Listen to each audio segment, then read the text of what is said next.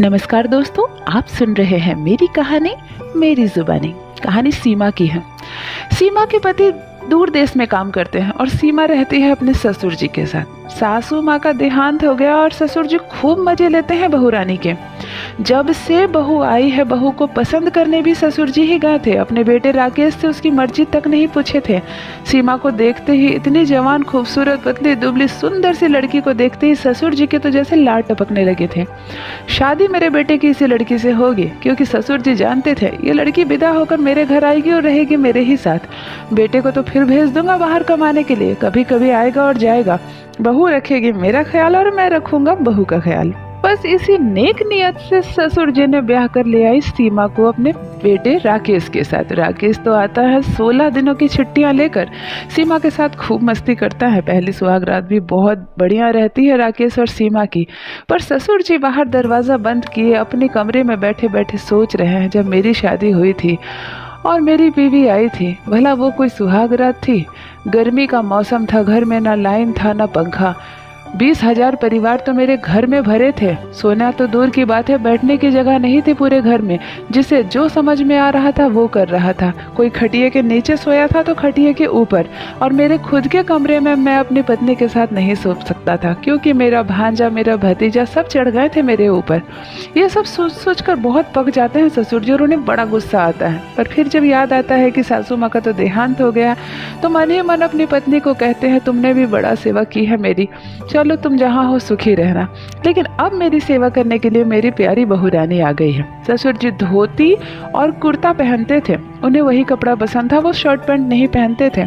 और सीमा जब भी धोती में अपने ससुर जी को देखती तो हंसे बिना रह नहीं सकती। खिलखिलाकर जोर जोर से हंसती, और जब वो हंसती तो उसके होठ, उसके दांत ऐसे नजर आते कि ससुर जी का तो बस मन ही मचल जाता। राकेश पूरे 16 दिन की छुट्टियां लेकर आया था अपनी शादी में, और देखते देखते 12 दिन बीत जाते हैं। अब छुट्टियों के सिर्फ 4 दिन ही रह गए हैं, इसीलिए राकेश अब उदास रहने लगा है।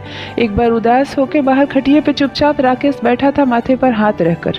उसका मन ये था कि मैं शहर जा रहा हूँ तो सीमा को अपने साथ ले जाऊँ, क्योंकि सीमा मन ही मन अंदर ही अंदर राकेश को 1 हफ्ते से पटा रही थी कि प्लीज़ आप जा रहे हैं देश तो मुझे भी लेकर जाइए। मैं यहाँ गाँव में अकेले ससुर जी के साथ क्या करूँगी, मेरा मन नहीं लगेगा। राकेश का भी मन यही था कि अपनी पत्नी को अपने साथ शहर लेकर जाए, लेकिन पिताजी से ऑर्डर कौन ले। चुपचाप अकेले माथे पे हाथ रखकर बैठा राकेश को देखते हैं जब ससुर जी, तो वो सीधे जाकर अपने बेटे के बगल में बैठ जाते हैं। अरे बेटा, उदास क्यों हो, माथे पे हाथ क्यों रखे हो? अब तो तुम्हारी जिंदगी में कोई तकलीफ नहीं है। तुम कब से कह रहे थे बाबूजी मेरी शादी करवा दीजिए, और लो तुम्हारी शादी मैंने इतनी अच्छी सुंदर पढ़ी लिखी लड़की देखकर करवा दी। भला अब क्या तकलीफ है तुम्हें? राकेश कहता है, बाबूजी मैं क्या बताऊं, मेरा मन भी कर रहा है और सीमा का भी मन कर रहा है कि वो मेरे साथ शहर को चले। बाबूजी ये सुनते हैं तो बड़ा गुस्सा हो जाते हैं, कहते हैं ये क्या कह रहे हो, और मैं बुढ़ापे में अकेले रहूंगा क्या? मेरी बेटियों की तो मैंने शादी कर दी और वो विदा हो गई। तू मेरा एकमात्र बेटा है। अब तेरी पत्नी का ये कर्तव्य है कि अपने सास ससुर की सेवा करे। तेरी माँ जिंदा होती तो मैं कभी भी बहू को यहाँ नहीं रहने को कहता, लेकिन अब वो जिंदा नहीं है तो उसे ही रहकर मेरी सेवा करनी पड़ेगी। राकेश की समझ में बात आ जाती है। वो कहते हैं, हाँ बाबूजी, आपने बड़े कष्ट से मुझे पाल पोस कर बड़ा किया है। माँ नहीं थी तो माँ की कमी आपने कभी महसूस होने नहीं दी। आज जब मेरी शादी हुई है तो मैं भला किस हक से कह सकता हूँ कि मैं अपनी पत्नी को अपने साथ शहर ले जाऊँगा?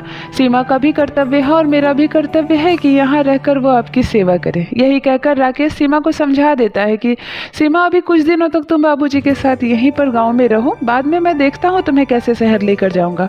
सीमा एक पढ़ी लिखी समझदार लड़की और उसे अपने पति की बात समझ में आ जाती है। वो मुस्कुराकर कहती है, ठीक है, आप निश्चिंत होकर शहर जाइए, वहाँ मन लगाकर काम कीजिए, मैं यहाँ बाबूजी का पूरा ख्याल रखूंगी। 16 दिन छुट्टियों के बीत जाते हैं और राकेश को अगले दिन जाना है। अगले दिन राकेश खुशी खुशी सीमा से विदा लेता है और शहर चला जाता है। बेटे राकेश के जाने के बाद अगले दिन से ही ससुर जी अपनी मनमानी करने लगते हैं। उसे तो मानो जैसे वो 16 दिन से अपने दिल पर पत्थर रखकर बैठे हों। सीमा का इस्तेमाल नहीं कर पा रहे थे। सीमा को पानी भरने के लिए कुएं पे जाना पड़ता था, क्योंकि घर में कोई हैंडपंप नहीं था। सीमा की चप्पलें छुपा दिया करते हैं ससुर जी। जेठ की दोपहरी में सीमा के पैर जल रहे हैं और वो चप्पल ढूंढकर परेशान होती है। ससुर जी कहते हैं, अरे चप्पल ढूंढ क्यों रही हो, गाँव की औरत तो सभी खाली पैर जाती है, तुम भी गर्मी का मजा लो। सीमा को बड़ा बुरा लगता है, पर किसी तरह जेठ की दोपहरी में जलते तपती धरती पर पैर रखकर सीमा कुएं पर जाती है। जाकर पहले पानी निकालकर अपने पैरों पर डालती है। सीमा के नाजुक पैर में फोड़े हो गए हैं इसकी वजह से। रात में जब सीमा सोई है खटिए पे तो उसके पैर के जो सेक गए थे, जो फोड़े निकल गए थे, उस पर क्रीम लगाने के लिए, उस पर मरहम लगाने के लिए ससुर जी मरहम लेकर आते हैं। सीमा, तुम्हारे पैरों में जख्म कैसे हो गया? अरे बाबूजी आप, और ये क्या कर रहे हैं? मेरे पैरों में मरहम क्यों लगा रहे हैं? लाइए दीजिए ना, मैं लगा लूँगी।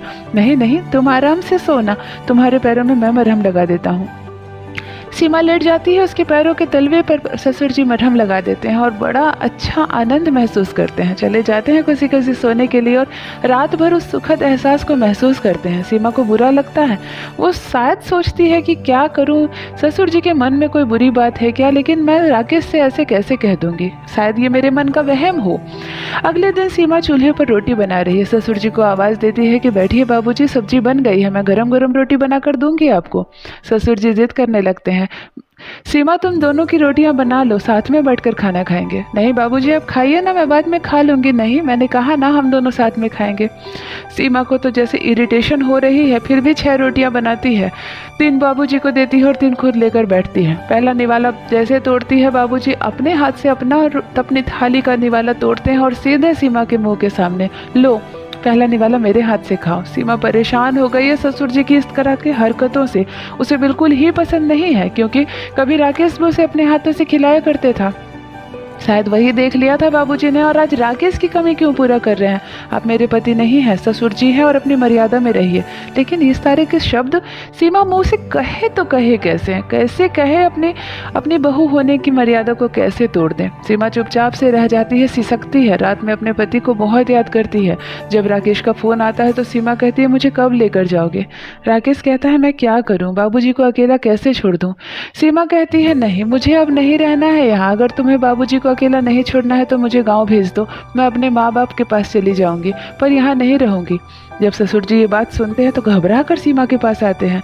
क्या सुन रहा हूँ मैं, तुम राकेश के पास जाना चाहती हो या तो अपने मायके?